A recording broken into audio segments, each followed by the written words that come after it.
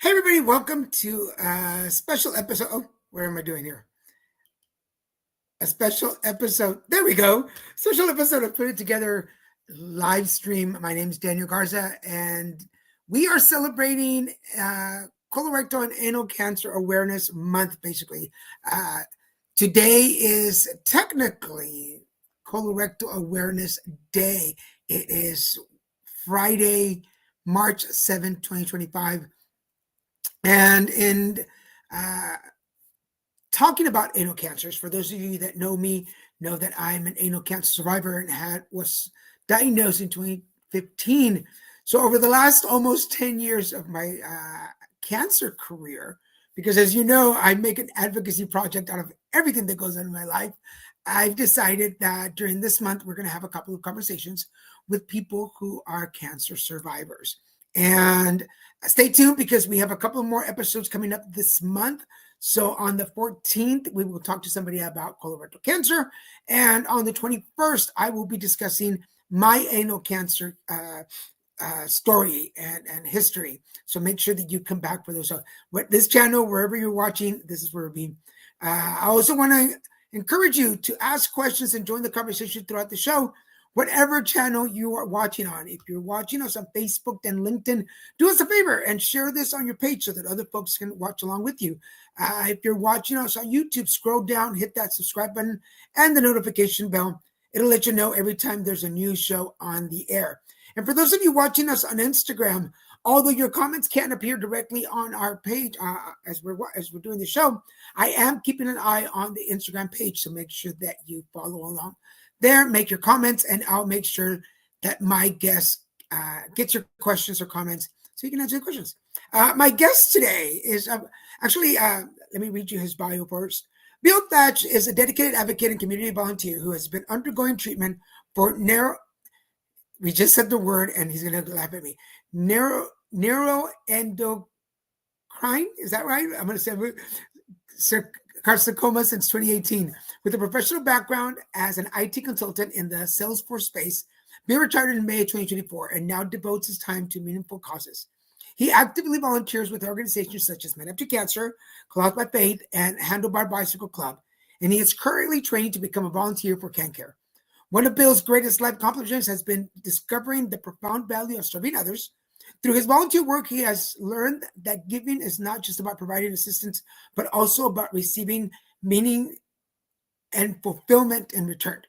His commitment to service is so impactful that one of his friends even tattooed a portrait of Bill's face on their body as a tribute to his influence. Bill's journey and contributions highlight the importance of compassion, dedication, and community support. His story is an inspiring testament to the power of resilience and the fulfillment that comes from helping others. So without more, let me bring Bill up to the page. Hi, Bill. Hey, how are you doing? I'm doing well. Welcome to the show. Thank you so much.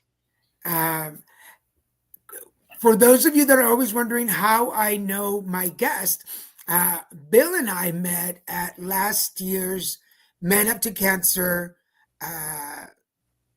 retreat. Gathering of the Wolves. I was like, where were we? The Gathering of the Wolves, which is a camp basically for men that have gone through cancers, either thrivers, survivors, or those going through cancer at the moment. How did you come to get connected with Men Up to Cancer? So when I got connected, so I was actually just getting my labs done over at MD Anderson, and some random person passed me over a flyer. And I was like, what is this? He's like, oh, it's a men's support group for cancer patients. I was like, oh, there's such a thing? And he basically said he just got back from gout. It's a life-changing experience. And I kept the flyer, but it was on my desk for a couple months before I even took any action on it. So after a couple months, I joined the Facebook group, answered the questions, and I was just somewhat of a lurker for a good couple more months. And then I saw that they had the GAL event coming up, and I just applied and I was accepted, and I came out to Pennsylvania and I met you. Got it. For those of you that are wondering what Men Up to Cancer is, Men Up to Cancer is a nonprofit organization dedicated to helping men avoid isolation during their cancer journeys. They offer peer-to-peer support, an annual retreat, which is where we met, chemo backpack programs, and local chapters, all geared toward improving the quality of life of their members and changing the way men go through cancer. I just say, if you're watching this either live right now or on replay, whatever part of the journey of cancer you are, if you're recently diagnosed, uh, going through it, or a survivor or thriver, uh, definitely look them up. 150 guys out in the middle of nowhere in upstate New York, doing Pennsylvania. all those kinds of fun activities, which was awesome. I got to do the axe throw. I got to do the zip lining. Uh, that's about it. People were in the pool, but I thought it was too cold to be in the pool. I was not that brave, but that's where you met. So it was excellent. Uh, so again, welcome to the show. This is about your story, so I'll ask you what I ask everybody.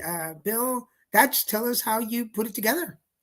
Pretty much the things I put together was, I guess, having blood in your stool is never a good sign. And actually, having blood coming out of any part of your body, if you didn't hurt yourself, is just not good in general. So that was basically the thing that connected the dots for me, where I was like, I probably need to see a doctor now. So that basically just started the arduous journey of trying to figure out what the hell is wrong with me. Um, I advocate and tell people that, you know what, the provider isn't always right. And if you don't like their answer, you find another provider that will give you a satisfactory response to what you're trying to figure out. Because if I didn't do that, I'd probably be dead by now. Wow. Let me ask you this: was there history of cancer in your family that might have given you a red flag, or was there no signals? So the only history of cancer that I know of when I was speaking to my parents was I had an uncle that had colorectal cancer, but he was in his mid to late 60s. So it was at one of those points where cancer is an older person's disease. So, okay, we expect a good percentage of men that reached a certain age to develop cancer at some point of their life. So I didn't really pay too much attention to that. But then I forgot that my sister also had early stage cervical cancer, and that's about the only cancer that I had in my family. Oh wow. Uh, so you started to talk a little bit about symptoms leading to it. Were As the symptoms were coming up, were you talking to your doctor, and what did your doctor think it was? So initially, I just thought it was just probably hemorrhoids, where I was like, well, it went away, so I don't have to think about it anymore. But every now and then it would come back, and it would go back and forth constantly. So I was like, okay, this shouldn't be happening this long. So when I finally got to see my GP, I told him about it, and he's like, "Oh, it's hemorrhoids." I was like, "It's not hemorrhoids." I was like, "That's what I thought it initially, and it can't be that because the only symptom I'm having is just blood in the stool. I don't have any of the other symptoms." So I pushed and pushed. So he did more blood work, and he ordered a CT scan. We did the CT scan, and when I came to my follow up, I don't think he read the scan, because if he did read the scan, it probably would have told him that there's a mass in my rectum, and then there's also invasion in one of my lymph nodes. So he basically brushed me off. So I was like, maybe it's something that's connected to my autoimmune disorder. I have spondyloarthritis as well, so I have arthritis in my spine, my lower spine. So I go to my rheumatologist, and he's like, this has nothing to do with any of that. So he did what the GP should have done, was refer me to a gastroenterologist. So when I was referred to a gastroenterologist, they scheduled a colonoscopy right away within a week or two. Then we did that, and then we basically found out that I had a 6 centimeter tumor in my rectum. And Oh wow. of course that was basically a shock. And he basically just told me, like, well, you need to see an oncologist. We got a biopsy. We're going to send it off to our pathologist to see what kind of cancer it is.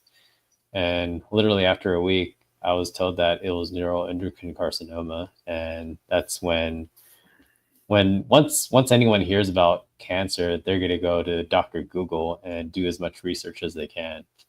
The benefit that I had was I came from the oncology space, so I had friends, colleagues, people I looked up to that I could trust, and I sent them the information, and all of them were basically just telling me this is not a good cancer to have.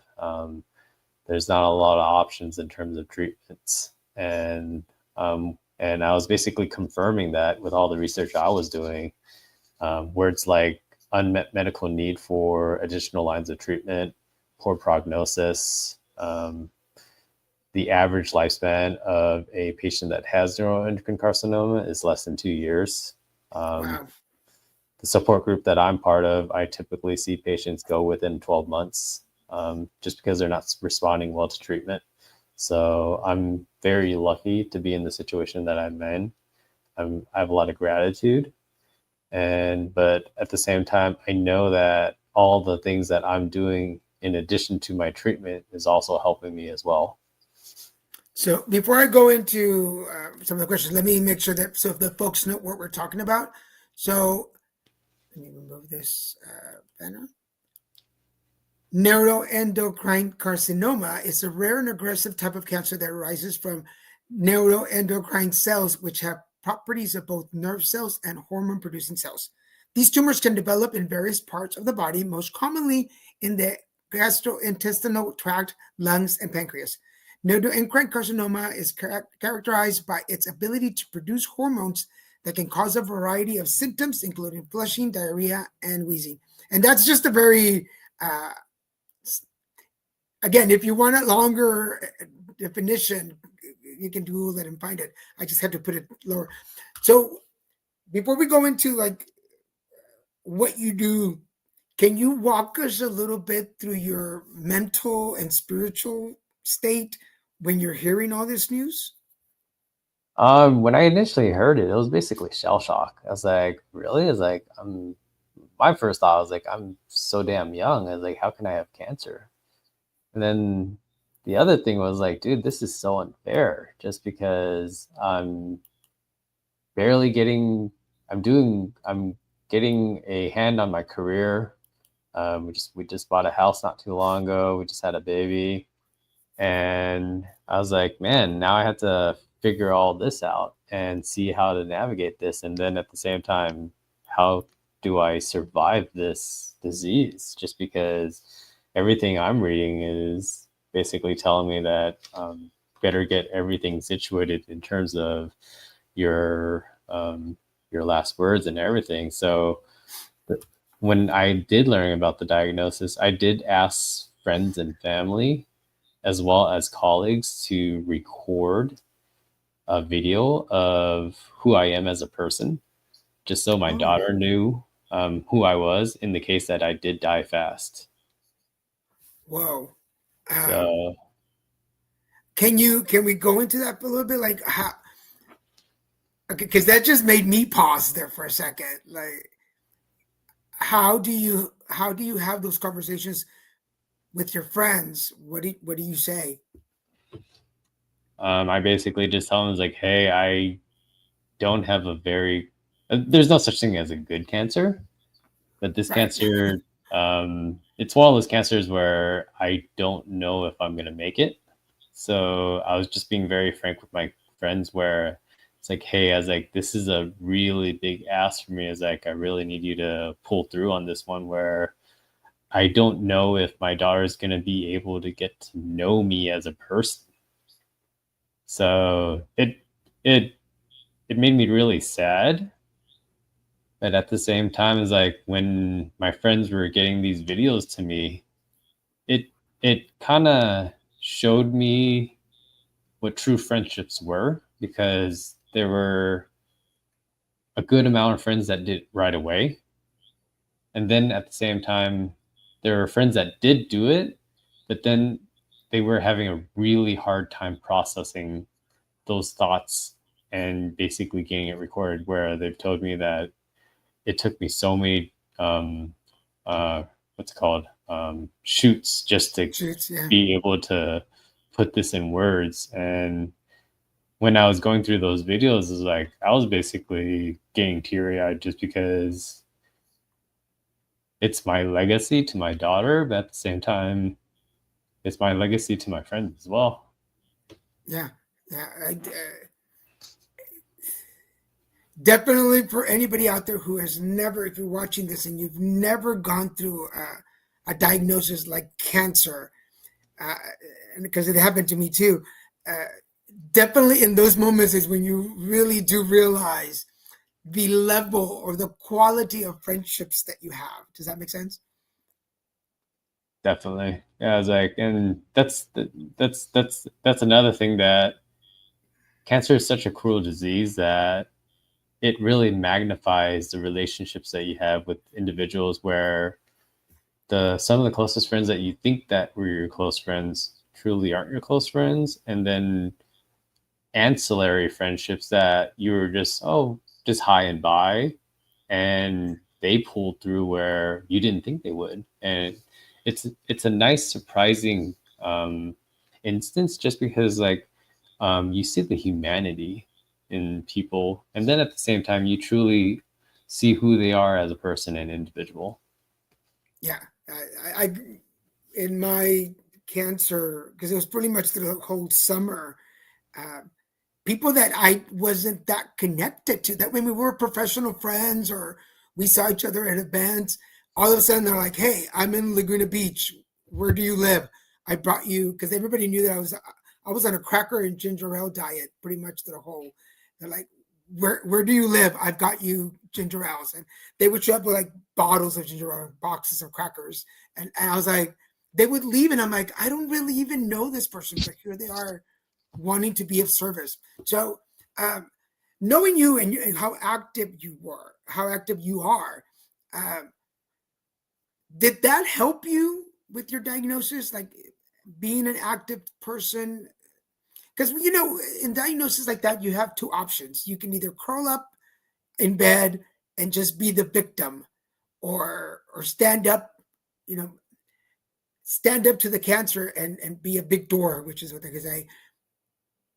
What was your process to get to where you are now? uh I didn't really think of it as much to be in the beginning, to be honest, just because um just working, having a family, and then just trying to just survive and being on your own, it's already a challenge in itself. So I was traveling a lot for work. I was taking clients out to lunch and dinner, breakfast. I was feeding the offices. So I was constantly exposed to good food. So I was starting to develop a dad bod. And then I was doing a good amount of drinking because I'm entertaining. And where I was like, okay, in perspective, I was like, I didn't really have a very healthy lifestyle, just because Okay. we're just focused on our careers. We're basically trying to get up the ladder, trying to just have the American lifestyle of the American dream. And then when I got diagnosed, where I was starting to lose weight rapidly, Excuse I me. had to do all these labs and tests and scans, where I was starting to notice that I was losing a lot of weight and my energy levels were diminishing. But then when we finally got the approval to start chemo, when I started, I started feeling better instantly. But the only crappy part about feeling good was they also, with chemotherapy, they infuse you with steroids, pre-meds, before any treatment. So that would cause really bad insomnia, where I would not be able to sleep. And I'm that type of person that I don't know how to sit still. I have restless leg syndrome, so it's constantly moving. People think I have anxiety. It's like, no, I just can't. I need to move. So I was like, I would just basically pace around the house, and then it eventually grew to I would be walking around the neighborhood, and any time of the day. and then I'd just be walking all over the hospital because they're pretty good. They just you get your IV cart, what's it called, the pole, and then you're just walking Yeah. the hospital. And if anyone has ever been to MD Anderson, it's a massive hospital, so you could easily get half a mile just walking from one building to the next building. So I So was the just more active person that I know now was post cancer. no, I was like, I'm still dealing with cancer right now, I so mean, I'm but, yeah, sorry, yeah. I I mean, was I was fairly active already, but when I was working, it was just weight training. I wouldn't be doing all the cycling, all the running that I do now. wow.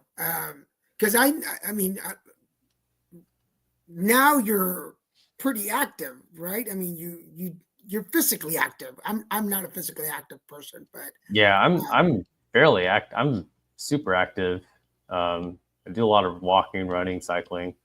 I've taken a step back on the cycling just so I could focus more on running, just because if I kind of feel different when I run versus cycling. I don't know what it is, but it also causes a lot more damage on your body. Where I feel I feel a lot more accomplished when finish a run versus cycling. gotcha. For everybody watching, we're talking to Bill Thach about his And neuroendocrine carcinoma. It's a thriver. If you have any questions or comments for him, go and post them on whatever channel you're watching on. I'll make sure he sees them. If you're watching us on Instagram, I'm keeping an eye on the page. So make your comments or questions, and I'll make sure to pass them along. Don't hold back. We're having an open conversation on his cancer journey. And as you clarified, you're still on the journey. You're still dealing. I mean, um, where are you mentally right now? mentally, I'm in a good spot just because I'm finally on a treatment that is actually working. I've been through 9 lines of therapies. Um, I've been on chemotherapy, immunotherapy, radiation. I've had surgery. I've had targeted therapy, and now I'm on something called PRRT and lanreotide, which is more of a somatostatin receptor, where it's targeting those. Um, I've always used exercise where it's always helped me alleviate symptoms, and especially with fatigue and nausea. Just because I remember the first time I had PRT, I was just puking my brains out, and normally, literally the next day, I did a 5 mile run, which I think it's great, but I was literally throwing up every hour, every mile. So when I got back, it didn't stop. It just got worse. So Oh, when I look back at it, I wasn't hydrating enough, and I wasn't. I don't think I moved enough either. So the second round, which was a little over 2 weeks ago, I did it again, but I kept an eye on my hydration, and then I ran a half marathon, and I was fine after wow. that. Wow. Yeah, okay. See, those are the stories that I was hearing from you before, and I was like this dude, like, is really like he's taking it by the horns and really going with it. Because I was not. That was not my story at all. Like, I'm not. I totally took advantage of the couch. I was like, I'm laying on the couch as much as I can. Where does this fighter instinct come from?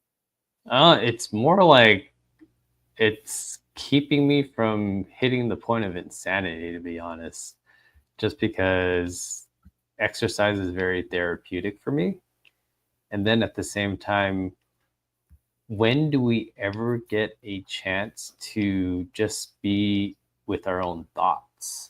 Just because we live in a world of limitless distractions. We have our cell phones, we have our computers, we have the internet. We're never bored. Yeah. And when I'm doing any sort of exercise, I'm actually just in that moment. I don't have to have music on. I normally do, but like if I really wanted to just find, get my mind clear, I would just basically go for a long run or a long ride. And it gives me that mental clarity where, okay, I could really go into a deep thought process, and I may not find the answer to my question in that one session, but it gets me that much closer, and I'll just do another one. And each one I do, it gives me the stress relief, it gives me my detox, and then at the same time, um, it just brings me closer to feeling alive, just because doing any sort of activity with treatment, you know, is like treatment's pretty harsh on your body. Yeah. Most people can't even get out of bed, and I just force myself to do it. Where if I don't do this, I'm gonna feel worse. But if I do it, I feel like I've accomplished something really large. That makes sense. Yeah. Again, I wasn't as physical, but I do, for those of you that have followed me and my show, I do card readings and I do presentations. Even through chemo and radiation, I was still taking clients over the phone, and I was still going to schools and presenting and talking about my HIV journey and cancer. And people couldn't believe that we were still, but my boyfriend Christian, we would drive and put me as close to the door as we possibly could. And I would wobble my way in, present for an hour, and then come home and just crash for a while. Uh, but But that was for your those, form of therapy. that was the therapy, yeah. And Everybody is so different. yeah, and now it's video editing or working on a project at 11 o'clock at night with just music in the background, and I'm just lost for a couple of hours, and that for me is like the perfect therapy. Uh, how much how much information on thriving, on taking care of yourself, was given to you by the healthcare professionals, and how much did you just figure out on your own? So in terms of taking care of myself, physically and through diet, I had plenty of resources. I had a bad experience with the mental health just because initially, when I got diagnosed, I went to see a psychologist at MD Anderson. It left a bad taste in my mouth because the therapist basically said, "Oh, you don't need therapy." And then, literally 2 months later, I get a bill in the mail saying that she was out of network. So that left a even worst taste in my mouth, where I was Oh, like, okay, I just got charged. I was told that I didn't need therapy, and I kind of put that in the back burner for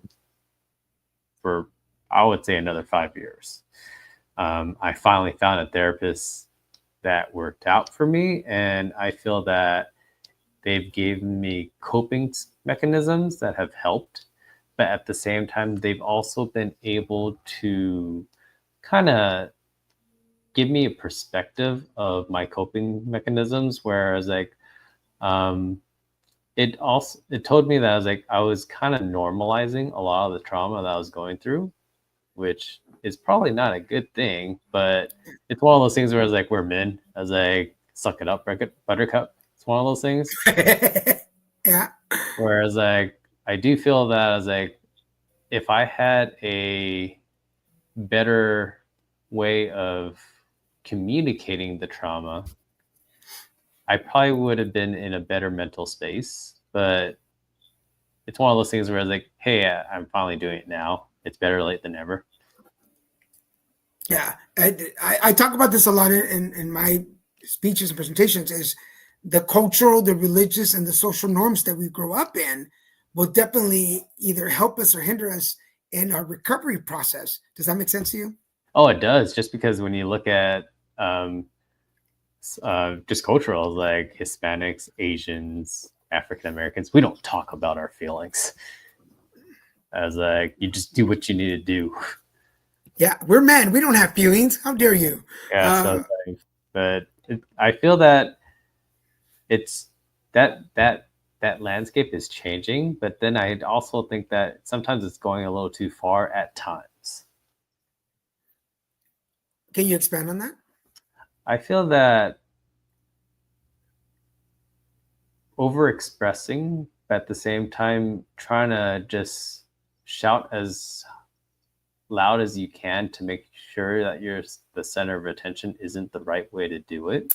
Gotcha. Okay. There's a better way sometimes where maybe you need to be in a group, maybe you need to find the correct person to do it with and not just make a huge fuss about it, where it is important, but you need to find the right community, person, or space to do it in. I We get you. can't. I think we. I think in today's society, I think there's the sense of entitlement, and it's gone a little too far. Gotcha. I get you. Yeah, I'm with you in that group. Is I say enough to get the help that I need, but not too much that I become helpless and I need. Does that make sense? Well, at the same time, like if you do it too much, then you're ostracizing yourself, and people put you in that category where now you made it worse for the whole rest of the group in that category. Gotcha.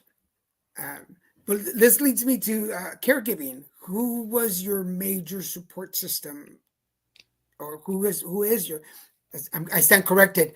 You're still going through the process. Who is your support system now? I would probably say my mom, my siblings, and my friends. I would say they were probably the biggest major support system. Uh, what have you had to teach them? Because I feel like when we're going through the journey, we have to teach the caregivers, uh, not necessarily the technical side of the cancer, but how how to best help us. Does that make sense? I do. I didn't realize that until actually very recently, where I was trying to tell them what to do, but what I should have done was guide them. What where what I mean by that is telling when you tell someone what to do, it's basically you're barking orders. But when you're guiding someone, you're also able to reflect on, okay, here's what I appreciate about what you've done, but this is basically what I need right now, where I didn't realize that's what I needed to do until now. And because I've started to do that, I've noticed that my relationships are a lot better with my loved ones. But at the same time, I've also learned boundaries to kind of distance myself away from people who don't respect those boundaries, where I understand that it comes from a place of caring, but this is only going to get worse because you're overstepping that boundary. So now I had to actually put my foot down and keep my distance now, because it will only get worse. Yeah, and we kind of take a step back to the conversation about culture and social norms. And if you come from a family or a culture where everybody's in your space or everybody's in your business and what's going on, and I don't know about you, like chemo really messed with like my sense of smell and my sense of space. And uh, I used to suffer from very hot skin, and I couldn't stand people touch. To this date, even 10 years later, I still get odd when people touch me. But to tell somebody that without hurting anybody's feelings, yet marking your space, sometimes can be a little difficult to, especially if you don't have the right words for it. Does that make sense? Mm-hmm. I was like, well, and then I people want to show that they care, but you can't ask the same questions. Oh, how are you doing? Do you really want to know how I really feel? People don't want to hear it. They want to hear the generic, oh, I'm good. I was like, but if you truly want to hear we're giving you a generic response that you want to hear. But if you truly want to hear what we're really going through, my head's fucked up. I was like, I can't feel my hands. I'm wearing a fucking diaper, things like that. I was like, how would you Yes. feel? Yes. I had a couple of things on my list of do nots. When people, number one was do not ask me how I feel, precisely because I was like, do you really want to know how I feel? Uh, Second, people were not allowed to say I'm sorry around me, because my next thing was like, did you put that tumor up my ass? And they're like, no. I'm like, then what are you sorry about? Like, so stop saying you're sorry, because I I think you and I kind of on that. I was not about to be a victim. So stop saying you're sorry. I don't want your pity. Like if you're not here to help me, and then I had visiting hours. Like you can only visit me from this time to this time, and no perfumes because they really got to me. Did you have any or do you have any particulars right now that people have guidelines? My biggest guideline is recommending me products. I was like, I laugh because it's true for. It's one of those things where it's like, you cannot tell a cancer patient something that they probably haven't researched. So I have 3 asks typically when someone recommends me something. My first ask is, are you willing to buy it? Okay. The second ask is, can you give me up-to-date clinical literature from a reputable scientific source? And then the third ask is, you need to basically give me contraindications of this product, drug, supplement, food with the current drug regimen that I'm on.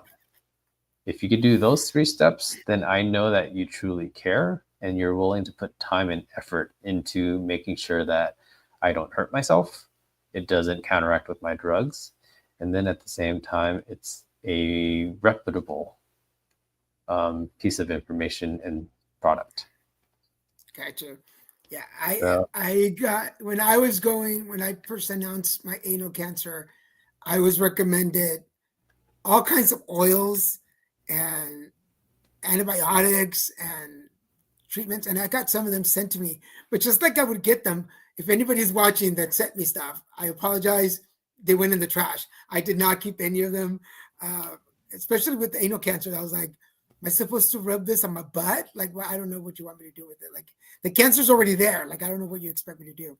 But that makes sense. But I like your 3 points. Like, hey, if you're gonna send me recommendations, like back it up. Like, it was right? like, I was like, I understand there's greed in every facet of cancer, just because drug companies are trying to make top dollar off of their drugs. Supplement companies are trying to make top dollar off the drugs. And then at the same time, influencers are trying to make money off of their products, as are their partnerships. So it's like, you can't say that one person is more greedy than the other, because in the whole in the whole light of things, everybody's greedy because they're trying to make a quick buck. And that's the sad part. As like, we as cancer patients, we're desperate for cures, just because when we're at a point where there's no other options, there's a lot of things that we are willing to try now, just because now it's life and death. Yeah, yeah, definitely. You talked a little bit about the medications that you've been on and the treatments. How much how much of an input have you had with your doctors? And sometimes let's face it, if any doctor's watching, sometimes it's hard because some doctors are very like, this is what I want to do. But how much of an input have you had in the way your treatment has gone? I've always had a good amount of input in terms of the treatments I've gone, because I know what the standard of care. So I was like, okay, these are the treatments that you're required to give me. And then after that, it's basically now the experience of the doctor, where if they could think outside the box, if there's any clinical trials, if there's any relevance in using a off-label medication. And that's basically the trust that you develop with your oncologist, just because there would be things that my oncologist wasn't cool with in the very beginning, but then over time, we developed a relationship where we both trust one another with each other's lives, because you want your relationship with your oncologist to be fruitful, because if you don't trust your oncologist, it's not going to go in the good direction that you want, because they're trying to keep you alive. But if you have a good relationship where you could have a difficult conversation between one another, and they could validate your points if they're right or wrong and agree with you, that's one of the best relationships to have. And I do have a good relationship with my oncologist, because he's kept me alive where a lot of other patients are not here anymore. So I'm lucky. I was like, I do see that I'm very lucky to be in the situation that I'm in, just because I've had 989 doses of cancer treatment. Whoa. So Wow. I, okay, conversation's over. Like, how can you go from that? Wow, that's um from meeting you in person and how balanced and centered your energy is. How have you been able to maintain yourself like that? Or how, if you lose it, how do you get back to that point? going to hell and back is one of those things where cancer patients, it's a revolving door, just because we could be at an all-time high and we could be an all-time low. And being told 8 times that your treatment's no longer working kind of sucks. For like 4 years, I was doing CT scans every 6 weeks, and that's just a ridiculous amount of radiation. And the thought of anxiety is very real. But doing that every 6 weeks kind of sucks. After the news of the drugs aren't working, that's just another hit. And then the next one, I was like, well, let's give you this new drug and give you a brand new set of new side effects and see how you tolerate that. I understand, because of how active I am, I'm also the bread and butter of patients for any clinical trial, because you could give me almost any drug and it won't kill me. So that's the other crappy part, is like, I'm healthy, that the drug won't kill me, but there is collateral damage with every new drug, because it's a milestone, the way I see it, but at the same time, is like, it's basically another scar. Yeah. Wow. Yeah. As a long-term HIV survivor and having gone through medications, and you get to a medication, you're like, it's not working anymore. And the mortality thought comes to brain, and you're like, oh crap, like what's going to happen now? I, on that side, I understand. And it is harsh when you're told this isn't working anymore, and you're not guaranteed or assured that the next medication is going to work from the beginning, because then you go into those valleys. Mm-hmm. And for anybody out there who's gone through chemo, any kind of chemo, chemo brain is a very real thing. Chemo depression is a very real thing, and there's no other way to say it. It fucks with you, like at a major level. Like, it knows what it's doing to push the buttons. So I applaud you, and again, I'm just in awe of everything that you've been through. I knew part of your story just from the times that we got to talk, but I didn't know this amount of story yet. I'm even more uh, like in awe, impressed by your journey and what you've been through. Thank you. We're coming down to the last 15 minutes of the show, and this is usually where I ask my guest to share some words of wisdom with the audience. So, Bill Thach, what words of wisdom do you have for us? Accept the help that is given to you. That is the thing that took me so long to learn. Um, I've always been the type of person that I could do this myself. Um, I've always lived by the words "prove me wrong," and I still live by them. But it's also caused friction in my relationships, where I could have made life a lot easier, especially with everything I've gone through. If I've accepted the help from friends and family when they offered it, life would be a lot easier.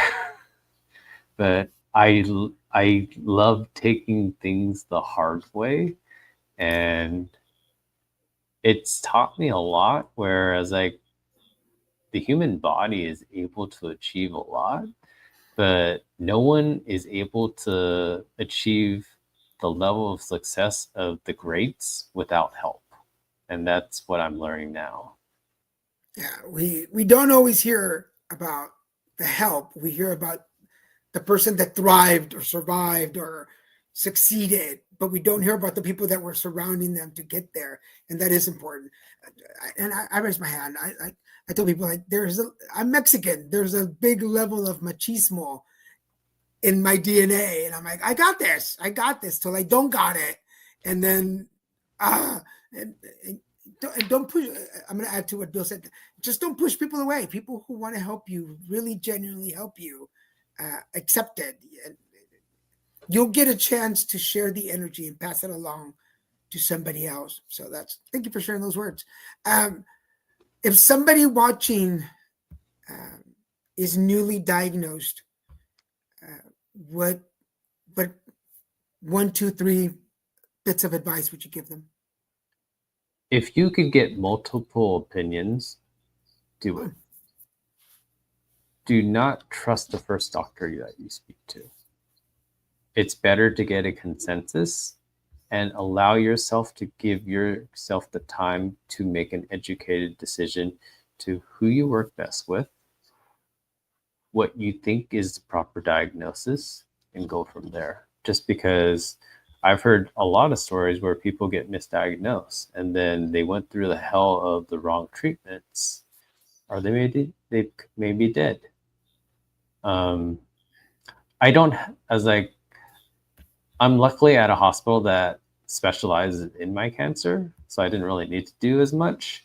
But at the same time, my health insurance doesn't allow me to go outside of Texas either. So there are certain limitations, of course, but I'm lucky that MD Anderson is in my backyard, basically, and I only have to drive 40 minutes just to get there, where I know some people that are flying across the country just to get treatment here.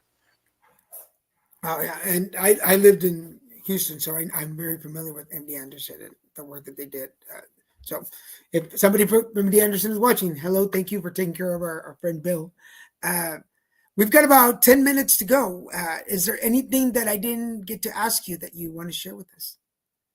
No, it's like just stay positive, accept help, and find the community that will allow you to express your emotions in a safe place. Cool. And let me just remind everybody as we're talking, Men Up to Cancer is where we met.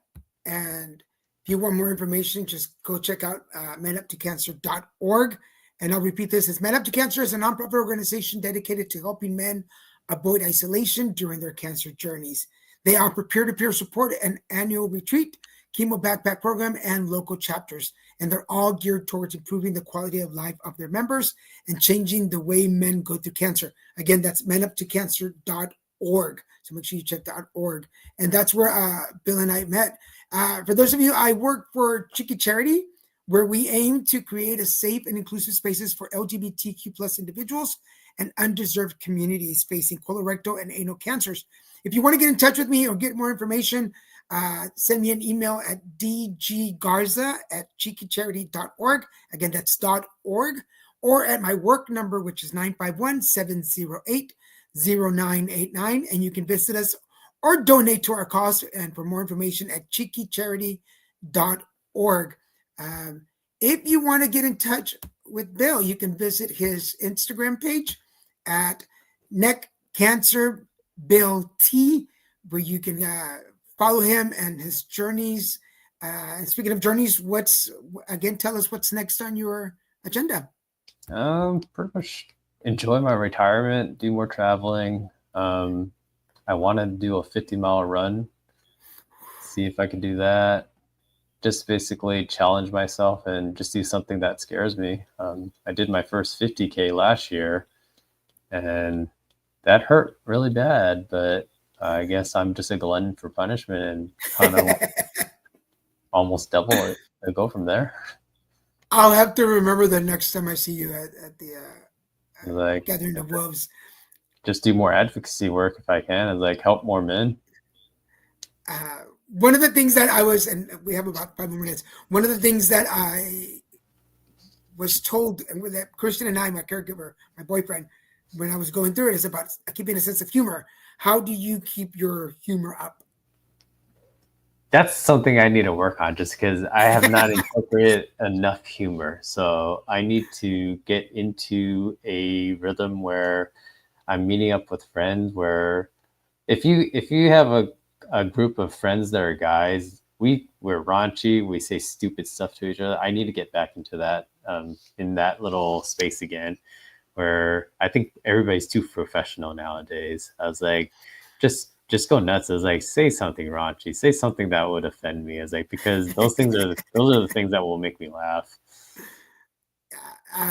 One of the things, and for everybody out there, there's a certain bond that's created when you are around other people who have gone through cancer, because there's certain things that only somebody who's gone through the journey can laugh at or about or make fun of, because you understand, such as chemo brain or radiation or wearing a diaper, or if you haven't, like I have an ostomy, talking about your ostomy in the bags, and you have to make light of it.